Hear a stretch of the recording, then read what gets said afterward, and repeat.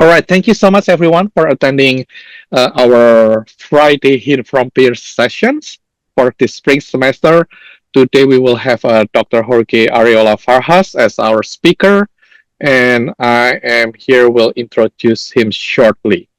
So, Dr. Jorge Ariola Farjas is an instructional assistant professor in the Department of Plant Pathology and Microbiology at Texas A&M University.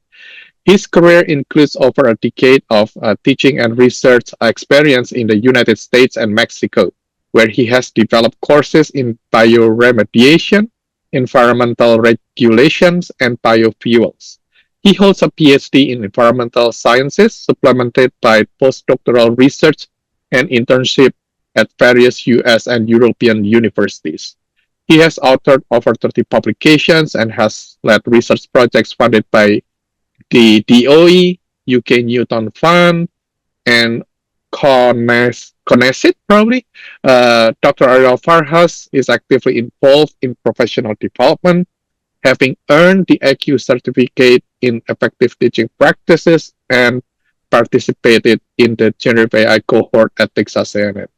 He is interested in the application of AI to improve higher education and is a frequent participant in international conferences on higher education and environmental biotechnology. In addition to his work in the classroom, he served as a reviewer for 20 plus journals and as a grant reviewer for the National Science Foundation and CONACYT Mexico.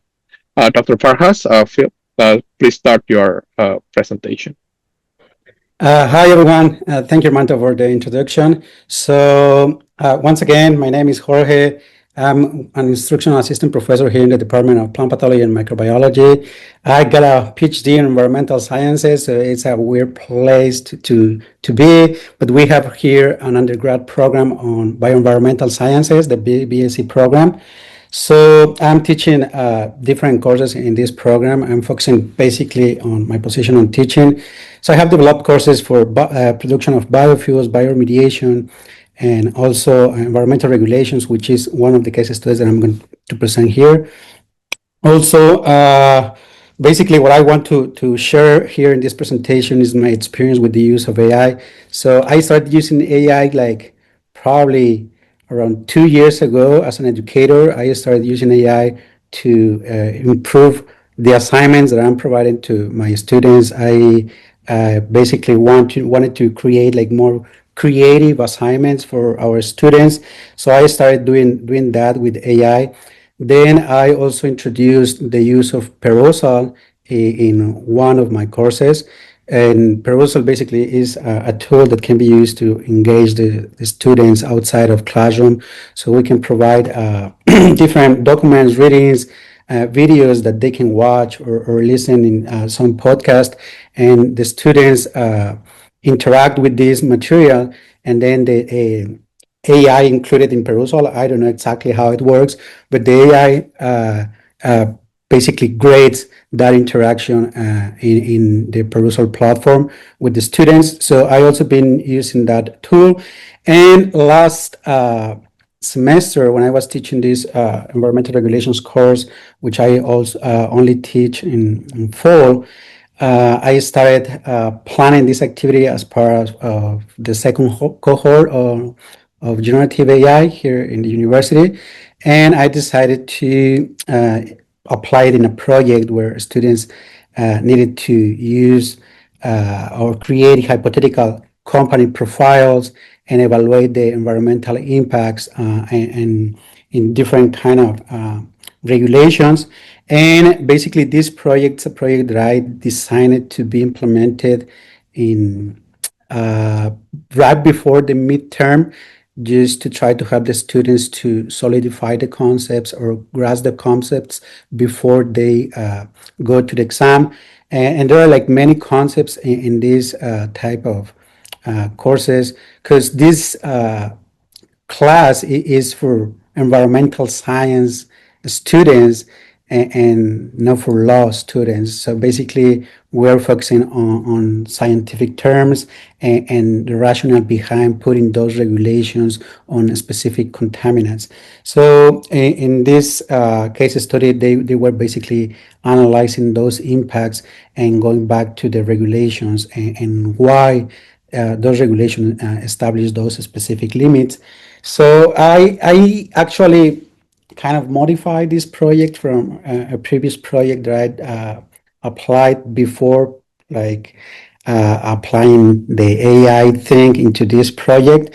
So that's what I'm gonna be sharing with you guys.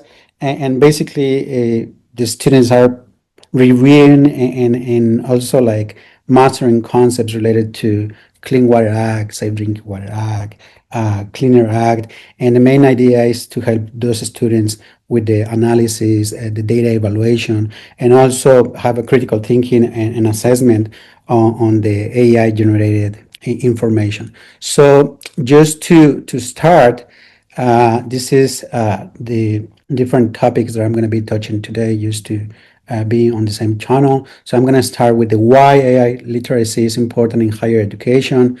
Then I'm going to touch very briefly because I don't have too much background on this, like the types of artificial intelligence AI.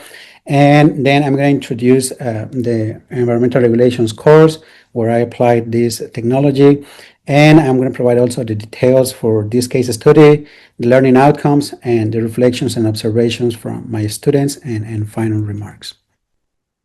So why AI literacy is important in higher education? So I consider AI literacy as a modern competency for academic and professional success of our students, since AI is capable of processing massive amounts of data. So you can provide tools like Gemini or ChatGPT, a document like an environmental impact statement or a specific regulation under the Clean Water Act or the Clean Air Act that is probably 200, 300, or 500 pages long, and you will get bullet points with the most important information from those specific regulations. So that saves a lot of time.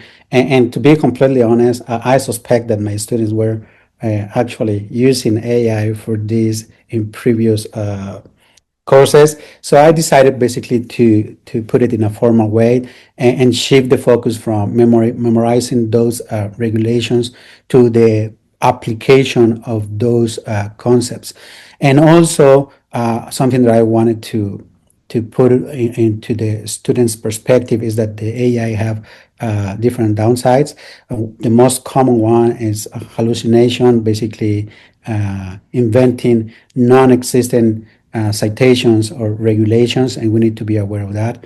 Another issue is that usually if students are not using like good prompts, so they are not applying prompt engineering, they are gonna get like very broad responses. So those responses are not very detailed. So I wanted also to show those things to my students.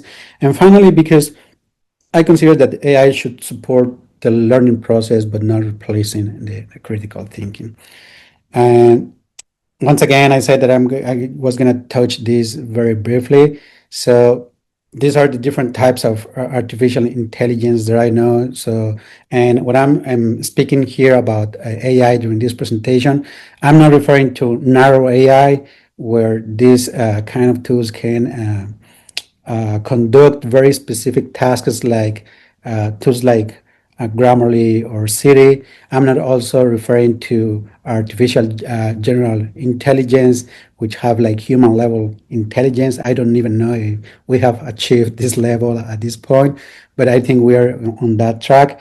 And what when I'm speaking about AI in this project, I'm referring basically to generative AI, the use of things like Gemini, ChatGPT, Notebook LM, those technologies that can generate text, those technologies that can analyze data, those technologies that can generate some pictures, videos, or audio based on the prompts that we are giving to these tools.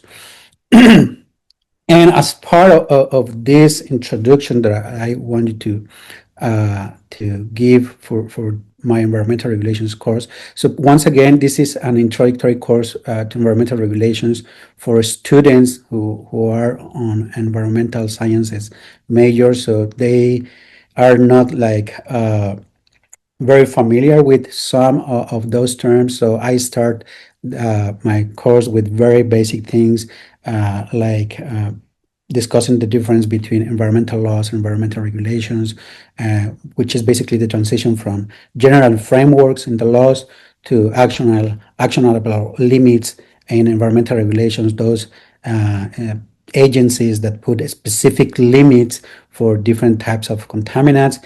And I focus in the first weeks in or the first part of the semester in three different acts. The first act that I'm touching is the Clean Air Act, so which focuses on emissions and air quality. And the main regulation that we discuss in class is the National Ambient Air Quality Standards, things like limits for particulate matter, limits for lead, limits for ground level ozone, and why these limits are important in these contaminants.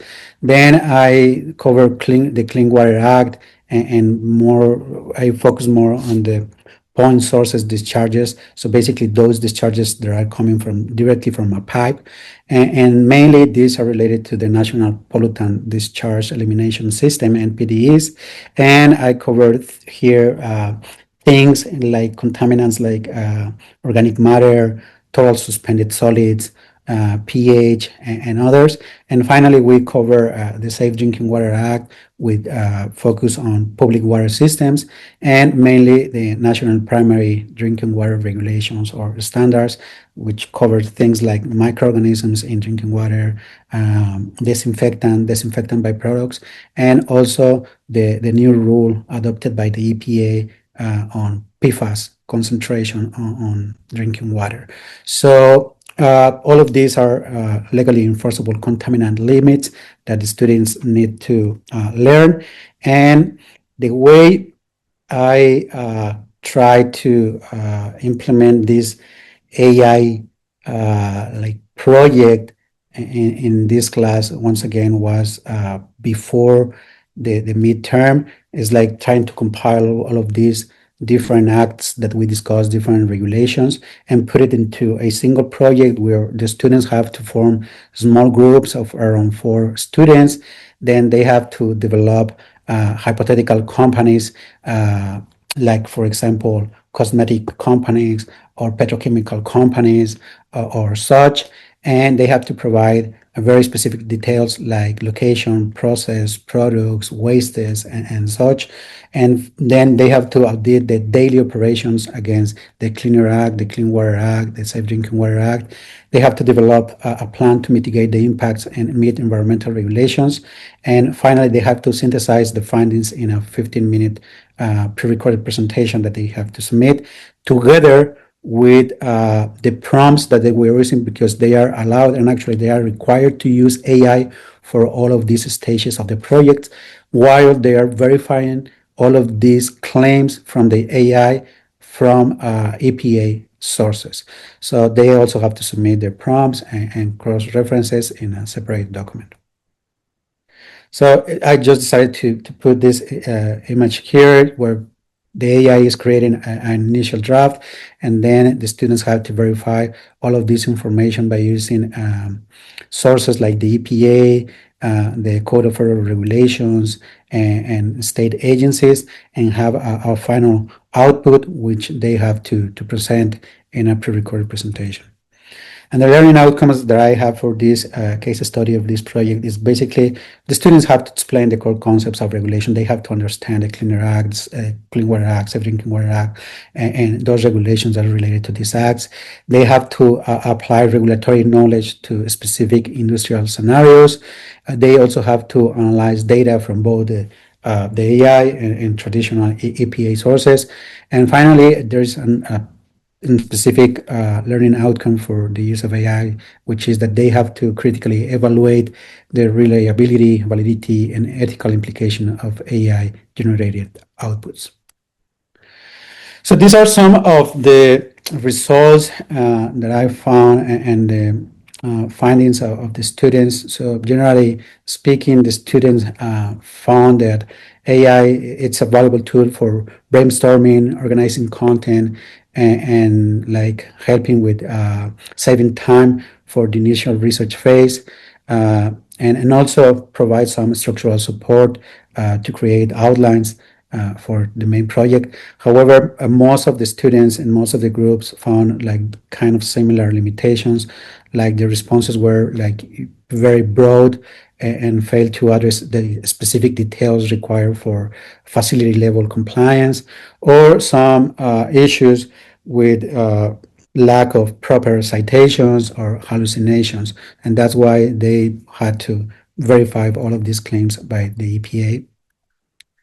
And this is just one example found in one of these assignments.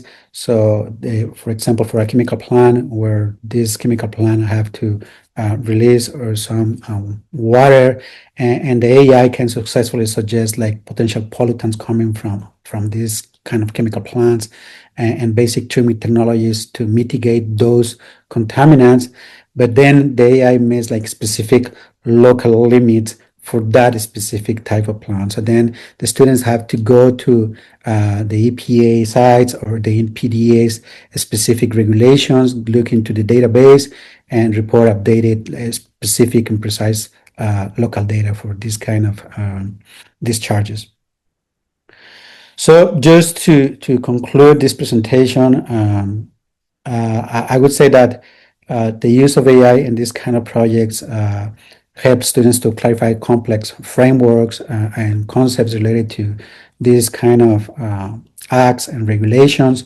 It also helps to create ideas and generate like general outlines. And something that I really like is that students were forced to think critically about the use of AI and the validation by cross-referencing with the EPA sources. And some future adjustments that I plan to do for these kind of projects is to have like a more structure, because something that I didn't mention is that I provided a general way to or information to my students to do prompt engineering, and mainly because I'm not an expert on that side, but I think it would be helpful to provide like a more structure like lesson in this specific type of topics. So I want to implement this kind of prompt engineering training in the future, and also have a comparison analysis, having a control group with no AI for this specific project. And